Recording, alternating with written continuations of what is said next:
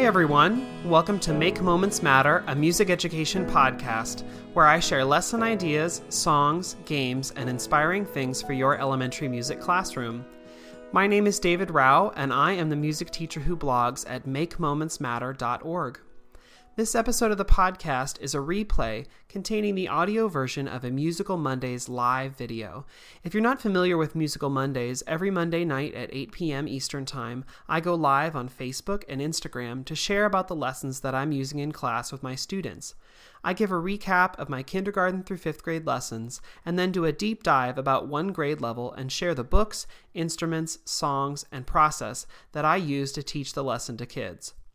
This podcast episode contains all the audio from the Musical Mondays video, but if you'd like to see a replay of the video itself, you can find a link to the archived video on YouTube when you click the link in the notes for this episode. Thanks so much for tuning in. Here's the show. Hey everyone, my name's David Rao, and I'm the music teacher who blogs at makemomentsmatter.org. You can also find my ideas on Facebook, Pinterest, Twitter, and TikTok, and a variety of other places when you search for my name, David Rao, or Make Moments Matter. I just spent a couple minutes trying to get TikTok live to work. I don't think it's going to work, but I'm just going to chalk that up to me being a millennial, not being able to figure it out yet. You know what? I'm going to get on the chat groups and the boards and figure it out. So maybe coming soon to TikTok live. Don't hold your breath. Okay, so I'm excited to talk to you about tonight about creating a lesson from scratch, how you might do that, and talk you through the process that my student teacher and I went through today as we were working on a lesson for 1st grade, and like maybe what that looks like so you can see from, see what your process is like compared to my process and how that maybe sort of works. So that's coming up in just a second. A couple quick things if you hear me talk about a resource, an idea, something you're very interested in this video, and you're like, where can I get that? I have a whole page on my blog dedicated to the links and things I talk about in these videos. If I say the links page, that's what I'm talking about. At the bottom of the caption of wherever you're listening to this or watching this, you should be able to find a direct link, or you can just go to my blog, makemomentsmatter.org, and you can click on the videos tab to find a direct link there, or to find all that information. Okay, a couple upcoming things. If you are in Oklahoma City area or surrounding states, honestly, if you want to drive over from Amarillo or wherever, you totally can. I'm going to be in Oklahoma City this weekend for the Oklahoma ORF chapter workshop. That's this weekend, February 10th. Come out and join us. It's going to be really fun. I'm doing a session called Square One and Beyond, which is like basics of ORF Showwork Plus, and that's going to be pretty exciting, I think. Then I'll be in New Jersey at the New Jersey Music Educators Association Conference. That's in about 2-ish weeks. That'll be the end of February, close. February 22nd, 23rd. Hope you'll join us there in Atlantic City.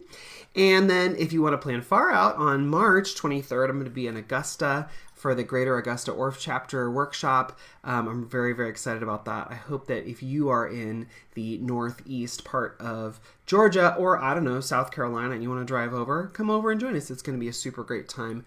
You can find out more details about all of that on my blog, makemomentsmatter.org. One last thing, because I would be sad if I didn't mention this to y'all, there's a big TPT sale coming up, so if you have items that you want to buy from Teachers Pay Teachers and you haven't yet, there's a big sale coming starting tomorrow, Tuesday and Wednesday, so that's February, 6 and 7, and I'm doing a gift card giveaway on my blog with, or on my Facebook page with some friends right now, so if you go to my Facebook page, you can find that there, and then all the sale stuff starts tomorrow, Tuesday. Okay, so let's talk about this lesson that my student teacher and I have sort of started working on and are working through. We have a little bit more time to work on it tomorrow. It goes live. She has to teach the lesson on Wednesday. And so where is this coming from? So in the student teaching sort of process through this year, there have been times where my student teacher has taken my lesson that I've done and she has just tried it, or has tried portions of it, where she has seen me teach it and then she teaches a bit. There are other times where I've given her an idea, or I've given her a concept that I need her to extrapolate on or do more with, and she's gone to my old lessons or gone to resources we've talked about, we've compared notes, and then we work things out together and either co-teach a lesson or she teaches it or I teach part of it. It depends, but just a way to sort of help her figure out that lesson building process. And there are a lot of times too where well, now Ella's at the point where she is now taking over classes and teaching things sort of all on her own. And so I said, well, here's our district pacing guide, and here's all the district materials, and here are all of the extra things. You can create whatever lesson you want. It just needs to stay on the pacing guide. Here are all the things that we've already done this year. We've already taught this year. So don't teach something we've already taught. And don't teach it as if it's brand new. You think about how you could reteach or relaunch that concept. But we went through and talked about all that whole process of pacing guide and curriculum and all the resources that we have. And sometimes she'll go into my old lessons because I keep copies of my old lesson plans, and she might take them and say, okay, how'd you do this? Or I want to modify, and can I, teach? I've not seen you do it, but can I teach certain things? And sure. But now she was going in and was saying, okay, well, here are the concepts that we need to teach or that need to be done this quarter or need to refresh or whatever, and I want to do my own kind of a lesson. So how? And so we went through, and so a couple of the concepts that she was interested in, we just basically introduced quarter notes, eighth notes, and quarter rest. At least identified them. We've used icons. We've used just simplified versions of things, but like talking about the like the actual note values, identifying them, using their correct names, and now we're trying to put it into practice. That's one of the things that's going on with the pacing guide right now. Also, in the pacing guide, you're supposed to start introducing the percussion family and its sub-family. So under the percussion family, there are little subheaders, right? There's shaker instruments, scraper instruments, wood instruments, metal instruments, and membranes. Some people call them drums. I use membrane. It's my personal preference. And sound effect instruments, I guess, but we don't really introduce that in the first grade level because it's a little advanced. So shakers, scrapers, woods, metals, and membranes. And so she was like, is there a way that we can sort of do several of those things? Sure, yes. And so I was like, well, where do you want to start? What do you want to focus on? And she was like, I guess, well, another thing in the pacing guide is identifying rhythms and words. And that's something she'd seen me do in other grade levels. She's like, can we do that with the current grade level? Sure. Well, let's figure out how we can do it. So we said we'd start with, I want to make sure that we do the instrument families. Okay, well, what are they going to do with it? Well, I would like them to play some of the instruments. Cool. Okay. Are they going to play a poem? Are they going to play just rhythm reading? Are they going to do, how do you want them to play? And she was like, well, it'd be cool if they could do a little bit of rhythm reading. I was like, okay. So if we do that, you could put when we talked through ideas, and one of the ideas we came up with was we could put up, like static rhythm patterns on the board. So ta, ta, ta, dee, ta. And I say ta, dee, not tt. For rhythm syllables. But if you're a TT person or a do-day person, just know that I'm saying an eighth note there, or eighth note pair there. So we could just read ta-dee, ta, ta-dee, ta, and the kids could read it, and then they could play it. So, on a non-pitched instrument, they could clap it, they could pat it first, and then if we wanted to hand out non-pitched instruments, we could. Okay, great. Well, what else could we do? We could put up multiple lines. They could play multiple different things. It could become like a competition where you have one line of kids play and read it, and then the next line of kids play and read a different rhythm. Just sort of compare to see how they do it. And that's a cool thing because then it kind of feels like a competition, but not really. But also then not all kids are participating all at once. So, you do a team at a time. And then they feel camaraderie with their team. And it gives you a chance to single out, only 4 or 5 voices at a time to really see if they're understanding the rhythm reading. That's one thing we could do. Okay, well, what else could we do? And Ella said, okay, you have those little cards with you did food words. And I have a copy of those. A couple of those here. It's these little cards I've made. I've made a lot of different versions. So on the card, if you're listening to this, sorry you can't see, but I'll explain. On this little card, it says popcorn. It has a picture of popcorn. It has 2 quarter notes, so popcorn. And then here's another one, watermelon. And it has a picture of watermelon, has the word, and it has toddy, watermelon. So each card has a food word and has the name of the food word and a corresponding rhythm, what it goes with, right? And she was like, okay, well, could we maybe incorporate those? And I was like, we could, but let's pull out because I have a bunch of different themes of these. I was like, let's pull out the different ones that I already have printed and have here at school, and let's see if there's a different theme that you would want to maybe use instead. We can use the food, that's totally fine, but let's see if there's something else you might want to use. So we pulled them out and said, okay, well, what if we had, so I had like the ocean ones printed, I had instruments of the orchestra printed, I had Star Wars printed, I had farm animals printed, I had food printed, and maybe one other one in there. I can't exactly remember. Anyway, so we looked through and she was like, ooh, wait, if we're going to do this rhythm reading, maybe we could include like something else, like a poem or a song. And she's like, there are a lot of songs for animals, of like barnyard animals. In fact, we were teaching a song with first grade right now.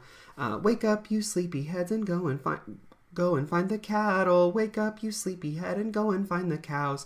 Could maybe that be integrated? I was like, yes, you could absolutely integrate that. So let's pull out the barnyard animals. So we pulled out the barnyard animals.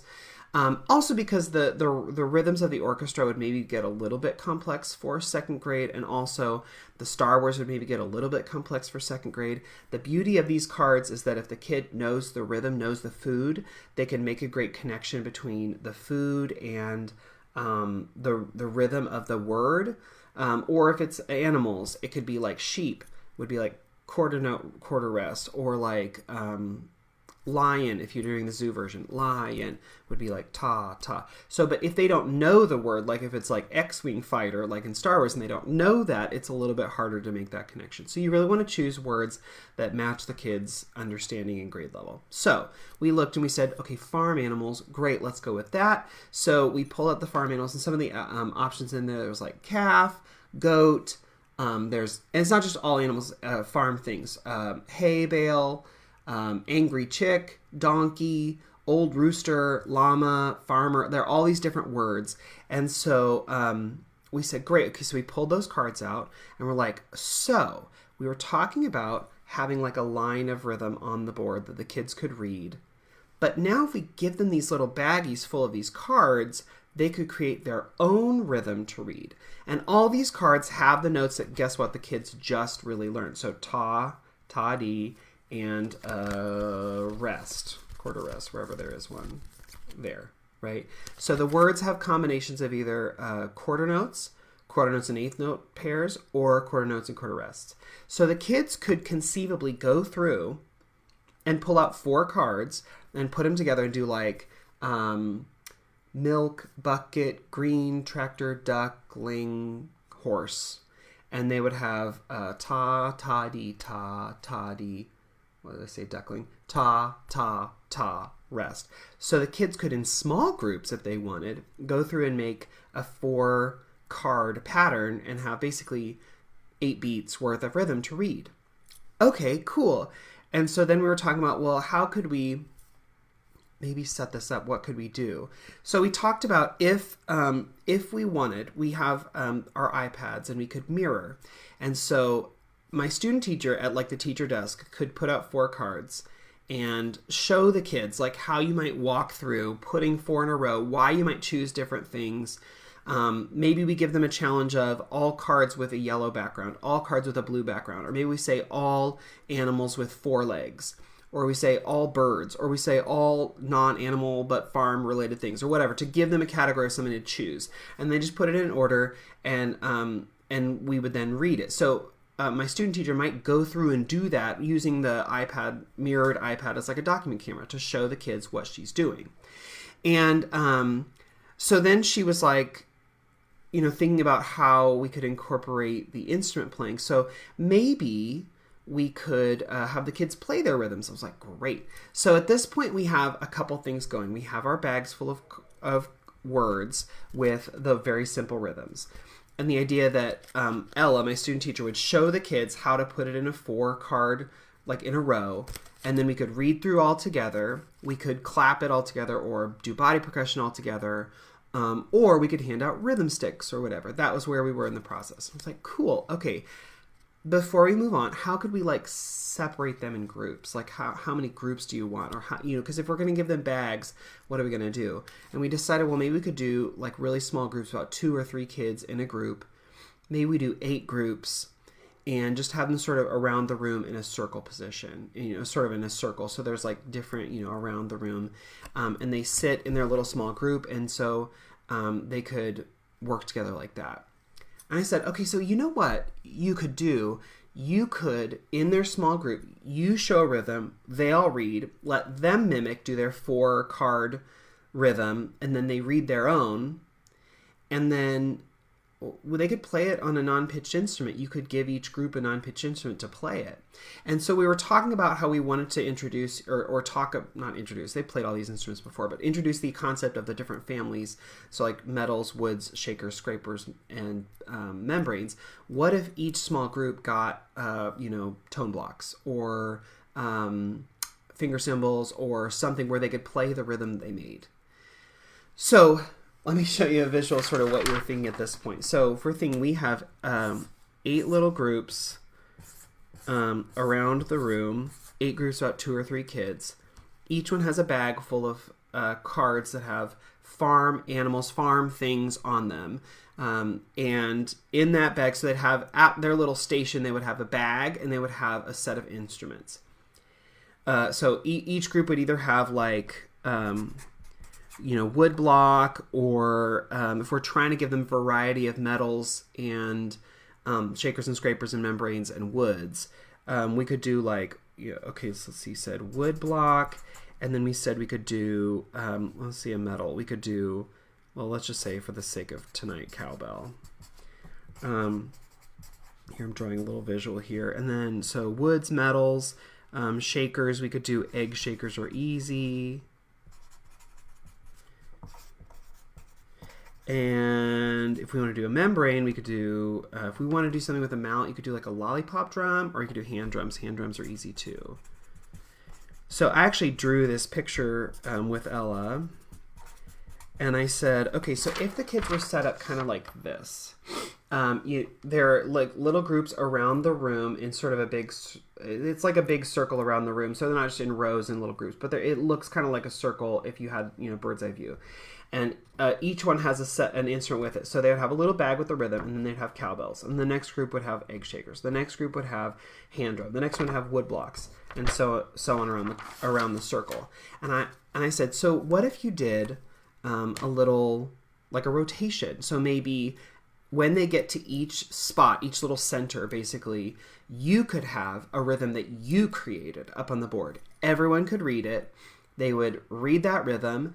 They could clap that rhythm, and then they could play it on their new instrument if you want. And then you could give them a minute or two to work with the cards that they have. They can create their own rhythm, and they can clap their own rhythm, and they can play their own rhythm. And then after a minute or two, you can have them rotate. It's basically like you're infusing centers into this one class, but we're doing it all together as a class. They're doing the same thing at each center, only the only thing it changes is you would move from, your center and your process has cowbell to the next time you would have egg shaker, or the next time you would have woodblock or whatever.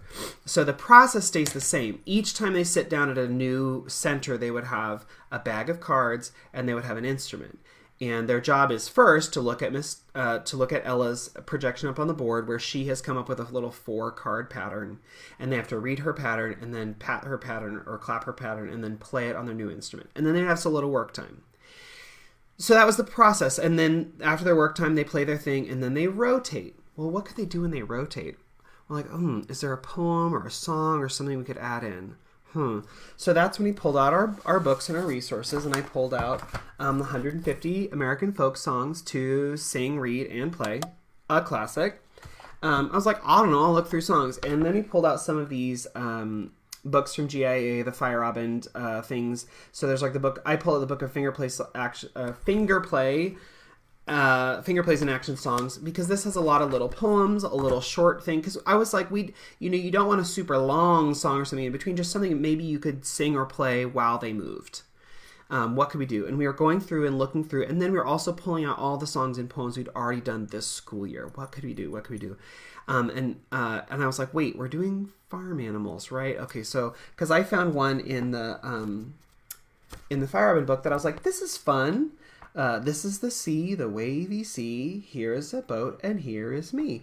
All the fishes down below wiggle their tails, and away they go. That's a fun, short little thing, and it's like wiggling, and they're moving fish. So it'd be cool for moving.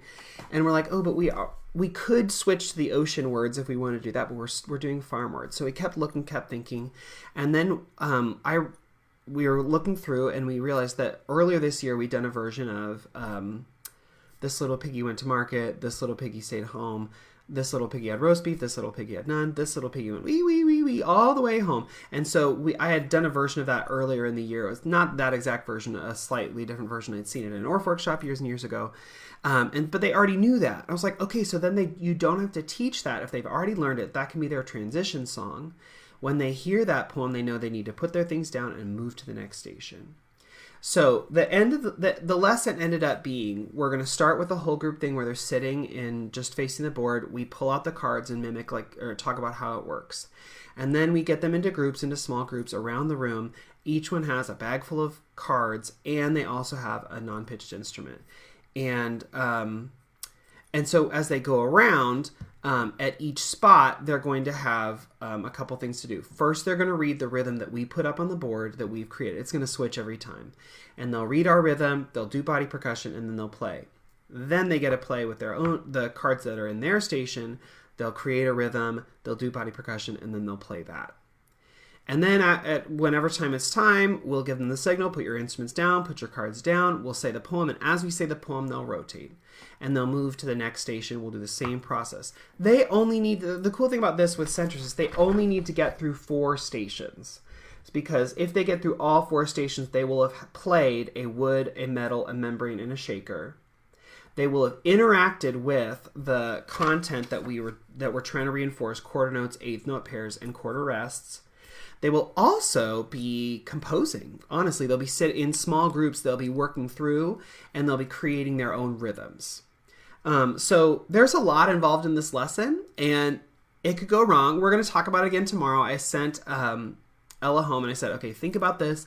Think about the procedure, how you want to introduce it, how you're going to do it, and work through, because tomorrow we have one more day to talk through it before it happens on Wednesday, because the new rotation starts on Wednesday, and Ella will then teach it on Wednesday. So we're going to talk more about it tomorrow. I think it's a pretty fun lesson, actually, because they're going to have some autonomy. They're going to have some work time, because I'm still going to be in the room with her the first day she teaches it. I'll be there to help, like wander around and walk through kids, so that after that first, and I even said, after you teach a first-time lesson for the first time, sometimes you realize, ooh, that did not work, or that rotation thing I said didn't work. I need to be clearer with X, Y, and Z. You learn some of those prompts of I need to tell them, okay, they got to do this, or they got to remember to whatever. So that might be something that changes our process once we teach the lesson once. But for right now, I think it's a sort of a fun lesson. It's a fun idea. Along the way, though, we started with just what are the standards? What do we want them to do? How can we do that? We pulled some of the resources we already had available. I was like, you could go out and find another poem, but if you have to teach them a song or a poem, that's going to cut down on the time you get to do stuff. So it's great that we're pulling a poem and a story they already know.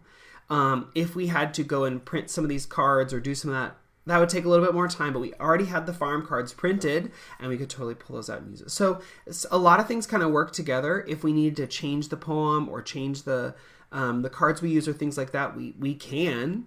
But for now, I think it'll work together. Is it going to take the whole class period? No, which is good, because there are other songs that we want to teach in this lesson. But will it take a bit of time? Sure. So what I'm telling Ella as she's planning is, plan for an opening activity, maybe a song they already know, or maybe you want to teach a short little new song, whatever you want to do. Then we'll go through this process, but leave buffer time at the end. It may be, this is always true with a new lesson. It may be that it fills all the time and it goes longer than you think.